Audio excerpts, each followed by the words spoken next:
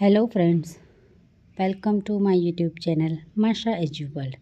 આજે ફરી તમારી સમક્ષ એક મહત્ત્વપૂર્ણ વિડીયો લઈને આવી છું.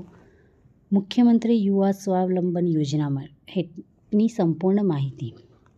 શું છે આ યોજના, કોણ એનો લાભ લઈ શકે, કઈ રીતે તમે એનો લાભ મેળવી શકો, એ બધું જ આપણે આ વિડીયોમાં જોઈશું. તો ચલો આપણે આ વિડીયોની શરૂઆત કરીએ. આ યોજના 78,000 વિદ્યાર્થીઓને સીધો લાભ આપશે અને ₹400 કરોડ સરકાર દ્વારા આ યોજનામાં ફાળવવામાં આવેલા છે. તો કોણ એનો લાભ લઈ શકે? મુખ્યમંત્રી યુવા સ્વાવલંબન યોજના છે શું? તો ઉચ્ચ અભ્યાસમાં પ્રવેશ, જેમ અત્યારે ધોરણ 12નું રિઝલ્ટ આવી ગયા બાદ બધા વિદ્યાર્થીઓ પોતપોતાનો ગોલ નક્કી કરી લીધો હશે કે કોને શું બનવું છે, અને એ પ્રમાણેની ફિલ્ડની એ પસંદગી કરશે અને એમાં એડમિશન મેળવશે. પરંતુ ઘણી વખત એવું થાય છે કે જે લોકો આર્થિક રીતે સદ્ધર હોતા નથી, તેમના સપના, તેમના ગોલ ક્યાંક ને ક્યાંક અધૂરા રહી જતા હોય છે. એમની ઈચ્છા હોવા છતાં એ પૂરી કરવા માટે આર્થિક પરિસ્થિતિ ન હોવાને કારણે એ લોકો એડમિશન ત્યાં લેતા નથી.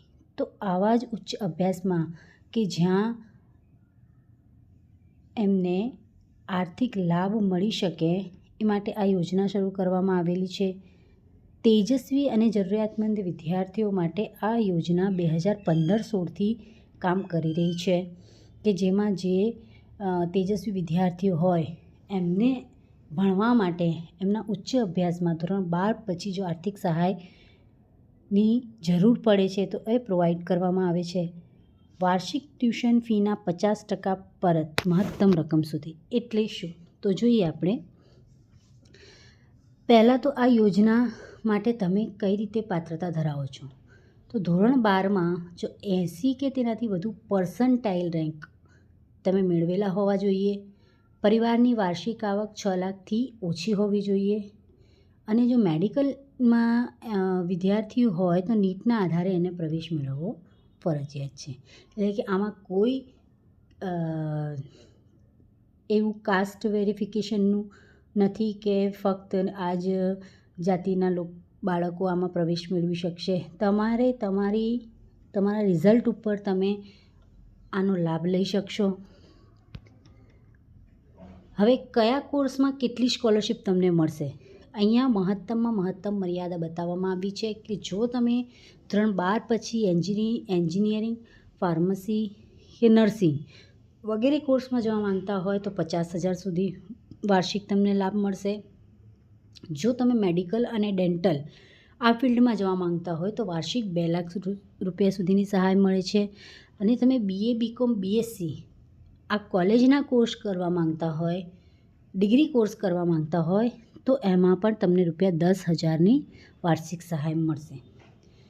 એક કોલમ હજુ એડ કરવાનો રહી ગયો છે કે જો તમે ડિપ્લોમાથી ડિગ્રીમાં જવા માંગતા હોય, એટલે કે ધોરણ 12 પછી જો તમે ડિપ્લોમા કોર્સીસ કરી લીધો હોય અને પછી તમે એમાં ડિગ્રી કોર્સ કરવા માંગતા હોય તો એના માટે આમાં ₹25,000ની વાર્ષિક સહાય કરવામાં આવે છે.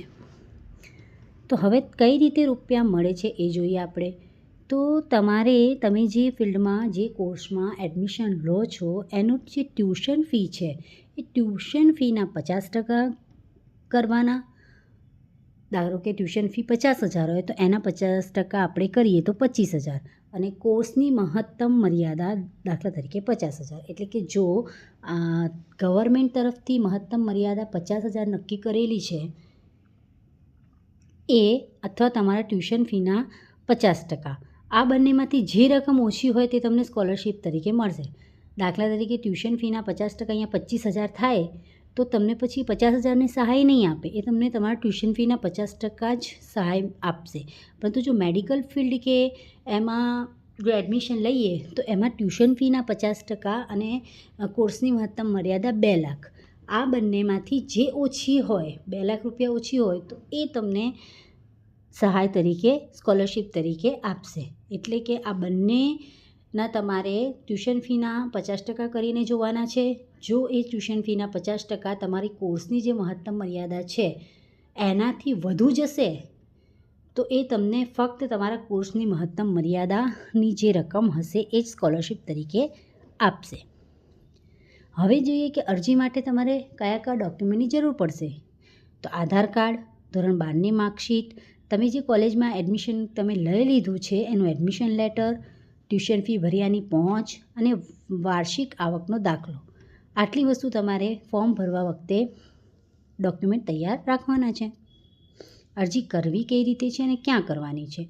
તો તમારે સૌથી પહેલાં mysy.gujarat.nic.in પર જઈ યુઝર આઈડી અને પાસવર્ડ જનરેટ કરવાનું છે, એટલે કે રજિસ્ટ્રેશન કરવાનું છે. પછી તમારે એ યુઝર આઈડી અને પાસવર્ડથી લોગિન કરીને ફોર્મ ભરવાનું છે. ફોર્મ ભરતી વખતે તમારે જે ડોક્યુમેન્ટ આગળ બતાવવામાં આવ્યા છે એ ડોક્યુમેન્ટ ઓનલાઈન અપલોડ કરવાના રહેશે. અને ત્રીજા સ્ટેપમાં જે તમે જે તમે ફોર્મ ભર્યું છે એની પ્રિન્ટ લઈને હેલ્પ સેન્ટર પર જઈને ડોક્યુમેન્ટની ચકાસણી કરાવવાની રહેશે.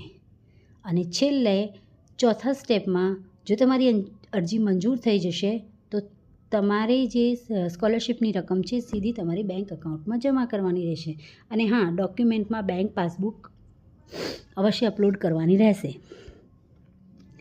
વધુ માહિતી માટે, મૂંઝવણ માટે તમારે આ સ્ક્રીન પર આપેલા નંબર ઉપર કોલ કરીને માર્ગદર્શન મેળવી લેવાનું રહેશે. માશા એજ્યુવર્લ્ડમાં આવી જ નવી માહિતી તમને પ્રોવાઈડ કરવામાં આવશે. આ વિડીયો માટે મારી ચેનલ માશા એજ્યુવર્લ્ડને સબસ્ક્રાઈબ કરવાનું ભૂલતા નહીં. Thank you very much.